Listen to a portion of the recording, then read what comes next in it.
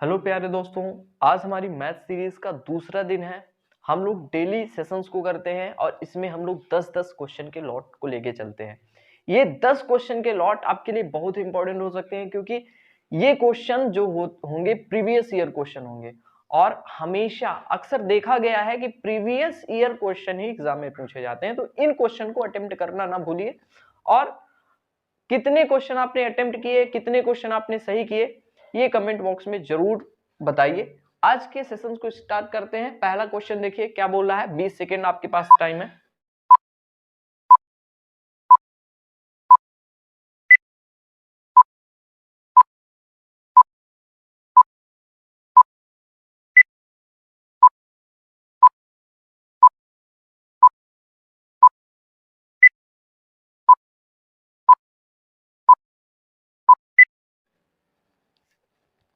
तो चलिए देखते हैं क्वेश्चन क्या कह रहा है। क्वेश्चन कह रहा है कि 6 मजदूर किसी कार्य को 16 डेज में पूरा कर सकते हैं। 10 मजदूर उपलब्ध हैं लेकिन कार्य को 8 दिनों में पूरा करना है। कार्य को समय पर पूरा करने के लिए कितने अतिरिक्त मजदूरों की आवश्यकता होगी, हमको ये बतानी है। अब देखिए बोल रहा है 6 मजदूर हैं, 16 दिन तक कार्य करते हैं, तो मतलब टोटल कार्य क्या निकल के आया है 6 × 16, मतलब 16 छांग 96, टोटल वर्क 96। अब 10 मजदूर उपलब्ध है, हाँ ठीक है 10 मजदूर उपलब्ध है, 8 दिन में काम को करना है, तो कितने अतिरिक्त मजदूरों की आवश्यकता होगी। मान लेते हैं यक्स और मजदूरों की आवश्यकता होगी, तो काम 8 डेज में पूरा हो जाएगा। ठीक, इतनी बातें क्लियर हो गई होंगी। ये टोटल वर्क निकल के आया, 10 मजदूर उपलब्ध हैं, मान लेते हैं एक्स मजदूर अगर और लगा लेते हैं तो 8 डेज में कार्य खत्म हो जाता है। तो 16 छांग 96 ये हो गया, 10 अट्ठे 80 और 8 एक्स ये हो गया। ठीक है, क्लियर हो गया। अब यहां पे देखिए ये इधर आएगा तो क्या हो जाएगा 16 हो जाएगा, 96 में 80 जाएंगे तो 16 हो जाएगा और 8 एक्स। तो आप कट कर देंगे, 8 दूनी 16, तो एक्स की वैल्यू 2 आ गई। एक्स की वैल्यू 2 आ गई, मतलब 2 और व्यक्तियों की आवश्यकता होगी काम को पूरा करने के लिए। 8 दिन में काम को पूरा करने के लिए 2 व्यक्तियों की और आवश्यकता होगी। ऑप्शन नंबर दूसरा हमारा करेक्ट है, 2 दिन। ठीक है, ये क्वेश्चन आपको समझ में आ गया होगा। अगले क्वेश्चन में चलते हैं हम लोग।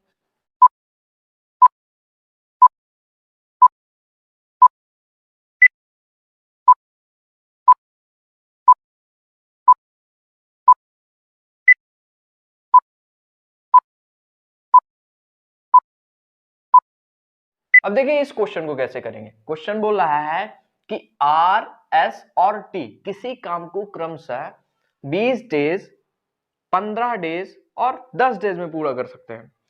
आर प्रतिदिन कार्य करता है और एस और टी एकांतर दिन में कार्य करते हैं, और टी पहले दिन काम प्रारंभ करता है, तो कार्य कितने दिनों में समाप्त हो जाएगा।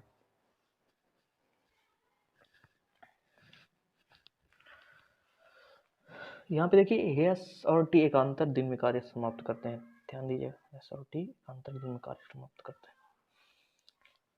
और आर हमारा एस और टी।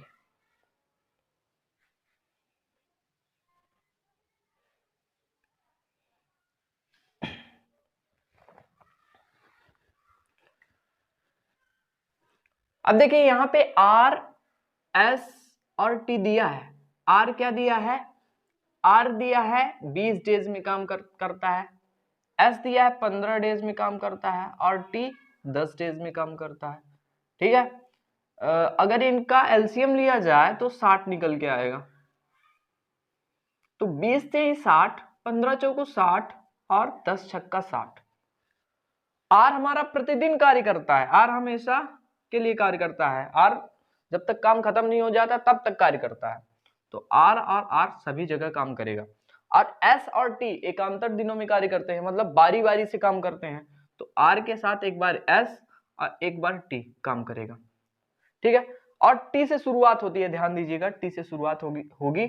यहां पे देखिए आर और एस जो है, आर और एस है, तो इनकी एफिशिएंसी भी प्लस हो जाएगी, तो आर और एस की एफिशिएंसी 4 3 7, इसकी एफिशिएंसी आर और टी की एफिशिएंसी 6 3 9। ठीक है, टोटल की एफिशिएंसी 9 7 16 हो जाएगा। ठीक है, 9 7 16 हो जाएगा। अब यहाँ पे टोटल वर्ग 16 है और 16 60 है और 16 से 60 के आसपास कटने वाली नंबर क्या है? 16 3 48, 48 है सबसे पास कटने वाली नंबर, ठीक है। और बचा हुआ भाग 12, बचा हुआ भाग 12, तो 16 3 48 तीन काम ये कर देगा बराबर बराबर में। और अब यहाँ पे देखिए 9 का आर और टी मिलके, टी पहले स्टार्ट करता है काम, ध्यान दीजिएगा, टी शुरुआत में स्टार्ट करता है, शुरू में टी आई करता है, तो आर और टी मिल के काम करेंगे तो 9 इनकी इफिशियंसी हो जाएगी और बचा हुआ काम 12 है, तो 9 काम तो कंप्लीट कर देंगे एक डेज में, तो एक डेज में 9 काम कंप्लीट कर देंगे। और बचा कितना कार्य? 3 कार्य बचा, 12 में 9 जाएंगे तो 3 कार्य बचा, तो 3 बटे, और टोटल का कार्य एक दिन का इफिशियंसी कितनी है? 3/7, तो 3 कार्य 3/7 डेज में पूरा कर डालेंगे, तो 3 3 6 7 सही 3/7 डेज में कार्य पूरा हो जाएगा। अब देखिए किसमें दिया है, अच्छा उसमें दिया है 7 7 49 50 55 52, 52/7 डेज में कार्य पूरा हो जाएगा, 52/7 डेज में कार्य कंप्लीट हो जाएगा। ऑप्शन नंबर ए हमारा करेक्ट है। देखिए कितनी आसानी से हम लोगों ने इसको किया, एक बार फिर से इस क्वेश्चन को देखिए। देखिए क्या बोल रहा था क्वेश्चन, आर एस और टी 10 15 और 20 15 और 10 डेज में कार्य कंप्लीट करते हैं। यहाँ पे एलसीएम हमने लिया तो इसकी इफिशियंसी निकल के आई 3 4 और 6, ठीक है। यहाँ पे बोल रहा है आर हमेशा कार्य करता है, प्रतिदिन कार्य करता है, तो आर तो हमेशा कार्य करेगा, प्रतिदिन कार्य करेगा, और एस और टी बारी बारी से काम करेंगे, तो एस और टी एक बार आर के साथ एस काम करेगा, एक बार आर के साथ टी काम करेगा, तो इफिशियंसी भी आर और एस की प्लस हो जाएगी तो 7, और आर और टी की इफिशियंसी प्लस हो जाएगी तो 9, टोटल की इफिशियंसी 16 आ गई, ठीक है। और यहाँ पे आप देखिए कि 60 के आसपास, 60 के आसपास 16 से कटने वाली नंबर कौन सी है? 48, मतलब 60 के आसपास 16 से कटने वाली नंबर 48 है, और बचा हुआ भाग 60 में 12 है, अब कटेगा 16 3 48, 3 3 हो जाएगा, बराबर में बढ़ जाएगा। अब बचा हुआ 12 और टी पहले स्टार्ट करता है, तो 9 दोनों के मिला के 9, आर और टी की इफिशियंसी 9, तो 9 कार्य 9 इफिशियंसी के साथ एक डेज में पूरा कर लेंगे। बचा हुआ कार्य 3 डेज का है, 3 डेज का है, तो 3 कार्य 7 की इफिशियंसी के साथ 3/7 डेज में पूरा करेंगे, तो टोटल का कार्य 3 3 6 7 7 सही 3/7 डेज में पूरा हो जाएगा, मतलब 52/7 डेज में पूरा हो जाएगा। अगले क्वेश्चन में चलते हैं हम लोग।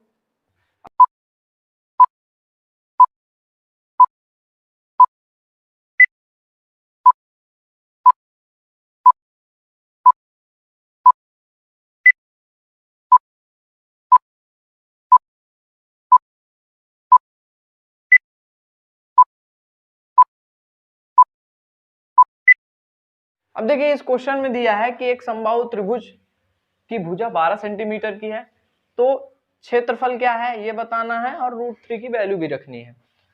समबाहु त्रिभुज मतलब इक्विलेटरल ट्रायंगल के बारे में ये चीजें बहुत इंपॉर्टेंट है। एरिया एरिया तो इसमें पूछी हुई है, एरिया क्या होती है? √3/4 a का स्क्वायर। एक पूछ सकता है पेरीमीटर क्या हो सकता है, पेरीमीटर के बारे में आप सभी जानते होंगे कि समबाहु त्रिभुज या इक्विलेटरल ट्रायंगल की का पेरीमीटर 3a होगा। और एक पूछ सकता है लेंथ क्या होती है, इक्विलेटरल ट्रायंगल की लेंथ हो सकती है, लेंथ हो सकती है √3/2a, ठीक है। ये तीन चीजें समबाहु त्रिभुज के लिए बहुत इंपॉर्टेंट है। इसमें तो एरिया पूछा है, किसी में पेरीमीटर पूछेगा और किसी में लेंथ पूछेगा, तो ऐसे ही क्वेश्चन रहेंगे, क्वेश्चन चेंज कर दिया जाएगा कि पेरीमीटर क्या है, लेंथ क्या है इसकी, एरिया तो इसमें दी है। चलिए निकालते हैं एरिया। एरिया √3/4 12 × 12, 4 3 12 ये हो जाएगा, और √3 की वैल्यू भी रखनी है 1.732 इंटू 3 × 12। अब इससे इसका इंटू कर दीजिए, 12 दूनी 24, 2 कैरी, 12 3 36 37 38, 3 कैरी, 12 7 84 85 86 87, 8 कैरी, 12 8 20, 12 8 20, ठीक है, तो 3 डिजिट के बाद पॉइंट लगेगा 20.784 गुणे फिर 3 के साथ करना। तो 4 3 12 ये हो गया, 8 त्रिक 24, 1 25, 2 हो गया, 7 त्रिक 21, 22 और 23, 2 कैरी हो गया, 2 3 दूनी 6, 62.35 दिया ना, 62.35 आपका आंसर निकल के आया। ठीक है, बहुत सिंपल क्वेश्चन था, मैंने इंटू कर दिया है, आप इंटू नहीं करिएगा तब भी आपका आंसर निकल के आ जाएगा यूनिट डिजिट से।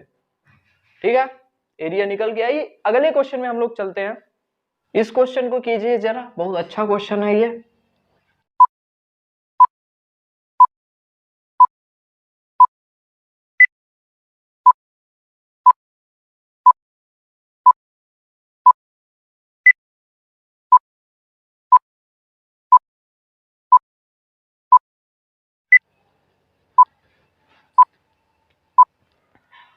अब देखिए क्वेश्चन को कैसे करेंगे।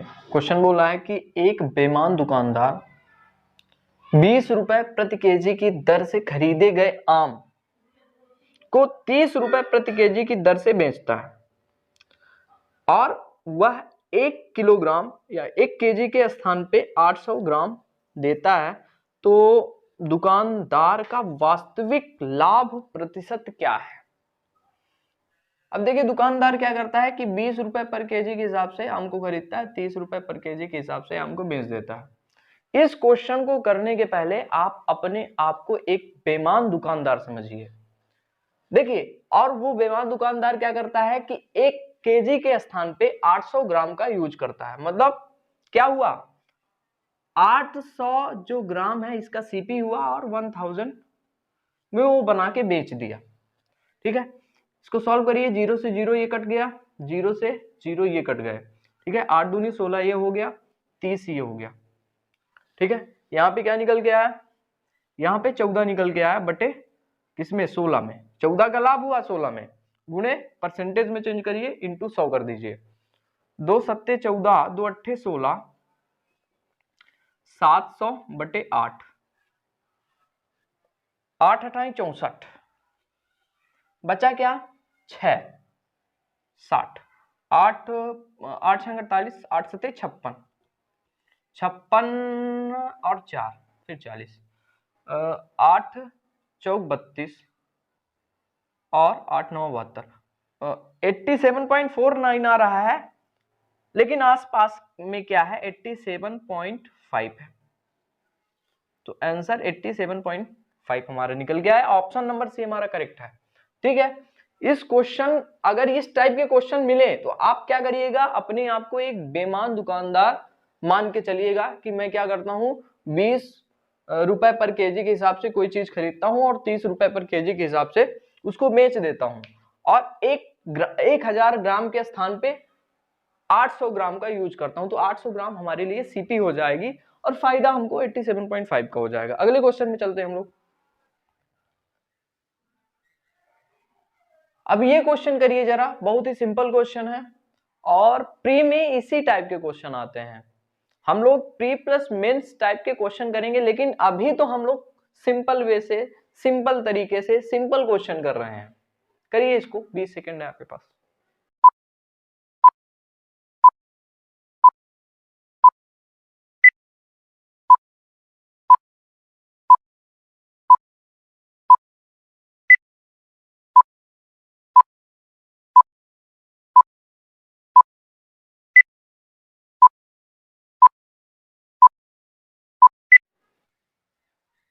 अब देखिए इस क्वेश्चन में पी क्यू आर की वैल्यू दी हुई है और पूछ क्या रहा है, 1/2 2 प्लस पी 1/2 2 प्लस क्यू और 1/2 2 प्लस आर की वैल्यू बताइए।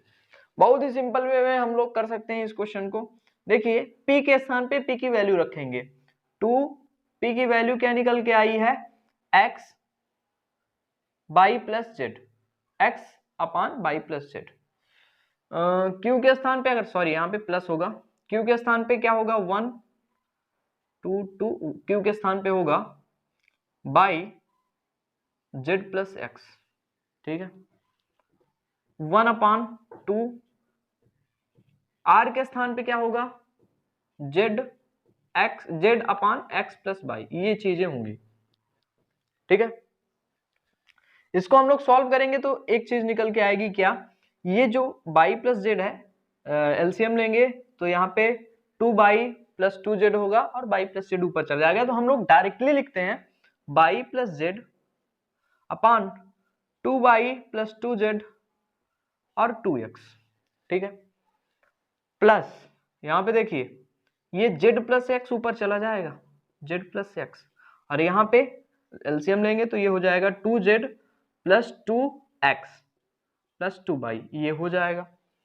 यहाँ पे देखिए x प्लस वाई ऊपर चला जाएगा, x प्लस वाई, पान में क्या होगा 2x, ये एलसीएम में होगा ना, तो 2x प्लस 2y और यहाँ पे 2z सॉरी। ठीक है, तो अगर अब देखिए इन तीनों टर्म में x, y और z, मतलब 2x 2y और 2z है, तो एलसीएम लेंगे तो 2x 2y और 2z आएगा, और ऊपर जब प्लस करेंगे देखिए 2x plus 2y plus 2z, ये निकल के आया। और यहाँ पे देखिए y plus Z, Z plus x और x प्लस जेड, सबका प्लस करेंगे तो क्या निकल के आएगा 2x 2y और 2z, यहाँ पे भी 2x plus 2y plus 2z निकल के आएगा। ठीक है, कट कर देंगे, देखिए सेम सेम न्यूमरेटर और डिनोमिनेटर में दिया हुआ है, तो कट करेंगे तो क्या निकल के आएगा 1 निकल के आएगा। आपका answer option number C correct है, ऑप्शन नंबर सी करेक्ट है, 1 आपका आंसर निकल के आया। इस सवाल को करिए जरा।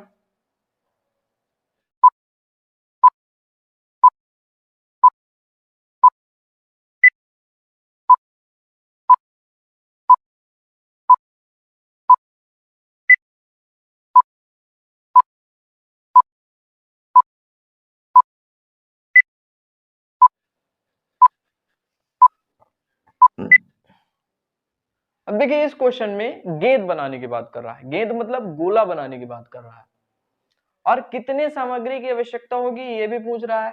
कितने सामग्री की आवश्यकता मतलब वॉल्यूम की बात कर रहा है, आयतन की बात कर रहा है। तो गोले का आयतन क्या होता है, पहले बात गोले का आयतन, आयतन क्या होता है, गोले का वॉल्यूम क्या होता है 4/3 pi r cube, pi r cube होता है ना।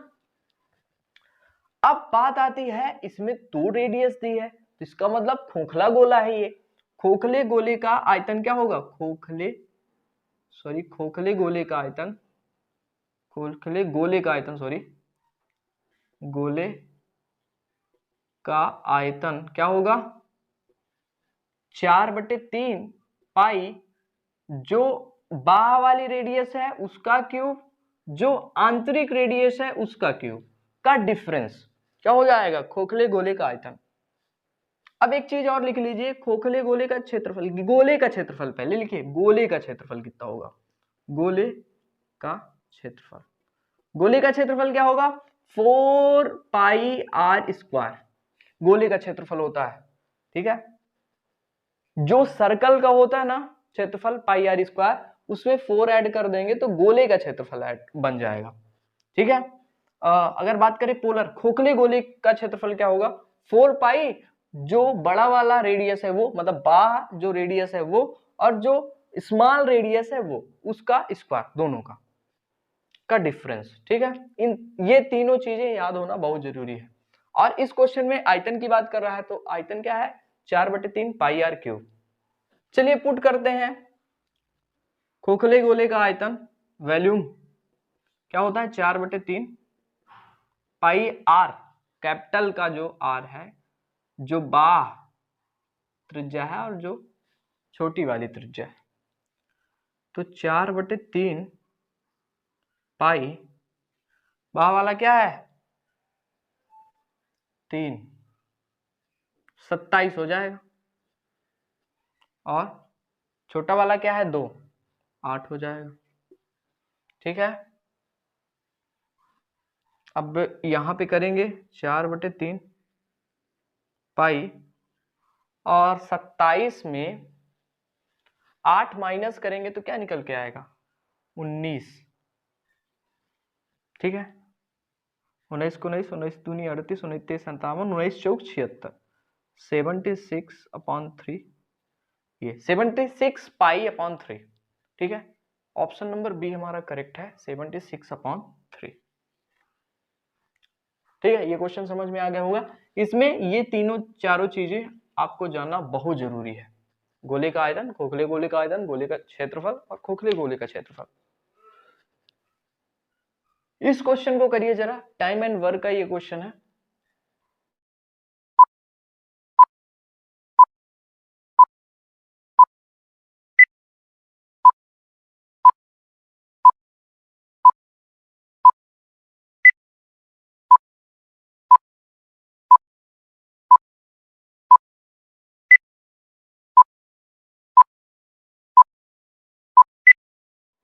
अब देखिए ये क्वेश्चन क्या कह रहा है कि 4 पुरुष और 6 महिलाएं किसी कार्य को 8 दिनों में पूरा कर सकते हैं, जबकि 3 पुरुष और 7 महिलाएं इसे 10 दिनों में पूरा कर सकते हैं। तो 10 महिलाएं इसे कितने दिनों में पूरा करेंगी ये बताना। अब देखिए यहां पे बोल रहा है 4 पुरुष, 4 मैन और 6 वुमेन किसी कार्य को कितने डेज में करती हैं? 8 डेज में करती हैं। और यहां पे देखिए 3 मेल और 7 फीमेल, 7 वुमेन किसी कार्य को 10 डेज में करती हैं। ठीक है, तो 10 महिलाएं उस कार्य को कितने डेज में करेंगी ये बताना। अब यहाँ पे एक काम करिए कि आप लोग ऐसा करिए, 8 चौक 32 मेल प्लस 8 छंग 48 वुमेन। ठीक है, 10 से 30 मेन और 10 सत्ते 70 वुमेन, ये हो गया। मेल मेल इधर आएगा, वुमेन वुमेन उधर जाएगा, तो यहाँ पे क्या हो गया, मेल मेल इधर आया तो ये 2 मेल हो गया, और ये उधर गया तो क्या हो गया, 2 और 6 2 22 वुमेन। तो ये हमारा मेल अपॉन वुमेन हो गया 11/1। ठीक है, तो मेल के स्थान पे हम लोग 11 रखेंगे और वुमेन के स्थान पे हम लोग 1 रखेंगे। तो यहाँ पे रखिए 4 गुणे 11 प्लस वुमेन की जगह पे 1 रखे और यहाँ पे 8 रखे, तो 11 चौक 44, 44 प्लस 6 कितना हो जाएगा, 50, 50 ये हो जाएगा इंटू 5 8 40, 400। टोटल वर्क ये निकल के आया 400 हमारा टोटल वर्क है। और 10 महिलाएं इसको कितने डेज में करेंगे, 4 टोटल वर्क 400 और 10 महिलाओं की बात हुई तो ये टोटल वर्क 10 महिलाएं 40 डेज में खत्म कर देंगे। मेनली इस क्वेश्चन में करना क्या है कि जो पुरुष है और जो महिलाएं हैं इनका अनुपात निकालना है। इनका अनुपात 11/1 निकल के आया और इस सॉल्यूशन में रखेंगे तो आपका टोटल वर्क निकल के आएगा। टोटल वर्क क्या हो गया, 400। ठीक है, और 400 काम को 10 महिलाएं 40 डेज में कर डालेंगी, मतलब ऑप्शन नंबर बी हमारा करेक्ट है। अगले क्वेश्चन में हम लोग चलते हैं। अब इस क्वेश्चन को करिए, अच्छा क्वेश्चन है ये।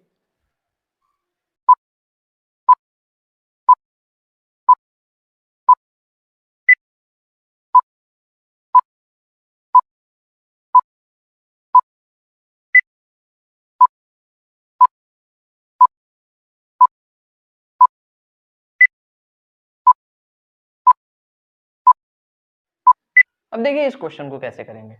क्या दिया है, a cot theta is equal to B, ये दिया हुआ है ना। अब पूछ क्या रहा है कि b cos theta minus a sin theta upon b cos theta plus a sin theta क्या होगा, ये पूछ रहा है हमसे। तो आप क्या करिए कि न्यूमरेटर और डिनोमिनेटर में cos थीटा का डिवाइड कर दीजिए। ठीक है, जब डिवाइड करेंगे तो क्या होगा, cos से cos कट जाएगा तो बचेगा यहाँ पे b और माइनस साइन अपॉन cos होगा तो यहाँ पे a बचेगा और 10 होगा। साइन अपॉन cos क्या होता है 10, तो 10 थीटा हो जाएगा अपान cos से cos कट जाएगा तो बचेगा b plus sine upon cos 10 a 10 theta. ठीक है, कॉट लिखा ना, ए कॉट थीटा, इसको कॉट में बदलिए, cot theta is equal to B upon A हो जाएगा। और cot 10 का उल्टा होता है, cot 10 का उल्टा होता है, तो cot b अपॉन a है तो 10 a अपॉन b हो जाएगा। तो b माइनस a इंटू 10 की जगह पे a अपॉन b रख देंगे upon b plus a into a upon b, ये रख देंगे। ठीक है, एलसीएम लेते हैं तो यहाँ पे b स्क्वायर आ जाता है माइनस का a स्क्वायर आ जाता है अपॉन b हो जाएगा और b से b कट जाएगा, यहाँ पे b स्क्वायर प्लस a का स्क्वायर। यही ऑप्शन हमारा ऑप्शन नंबर सी है ना, ऑप्शन नंबर सी हमारा करेक्ट है, B square minus A square upon B square plus A square.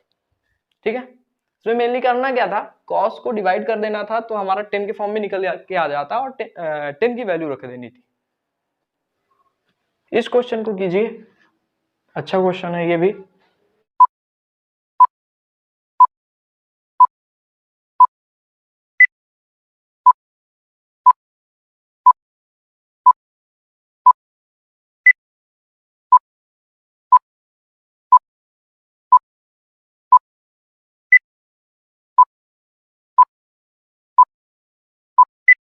अब देखिए ये क्वेश्चन क्या बोल रहा है कि किसी धनराशि को 8% साधारण ब्याज की वार्षिक दर से स्वयं का 3 गुना हो जाता है, तो आवश्यक समय ज्ञात कीजिए क्या होगा।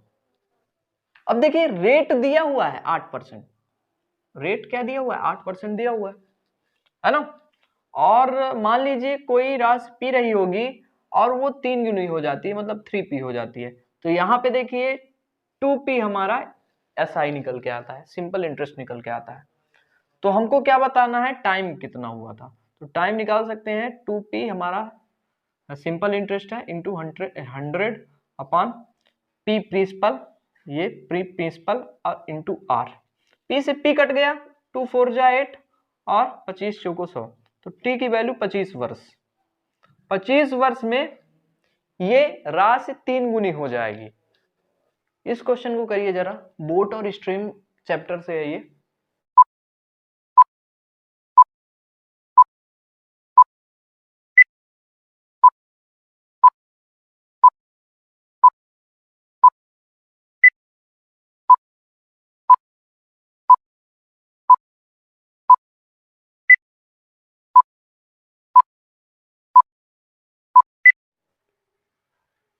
अब देखिए क्वेश्चन क्या कह रहा है कि एक नाव धारा के अनुकूल 80 किलोमीटर की दूरी 8 घंटे में तय करती है, जबकि धारा के प्रतिकूल समान दूरी तय करने में उसे 10 घंटे लगते हैं, तो शांत जल में नाव की जो चाल है क्या है ये बतानी है। देखिए जब नाव धारा की दिशा में चलेगी, मतलब धारा की दिशा में चलेगी तो नाव की स्पीड और धारा की स्पीड आपस में प्लस हो जाएगी।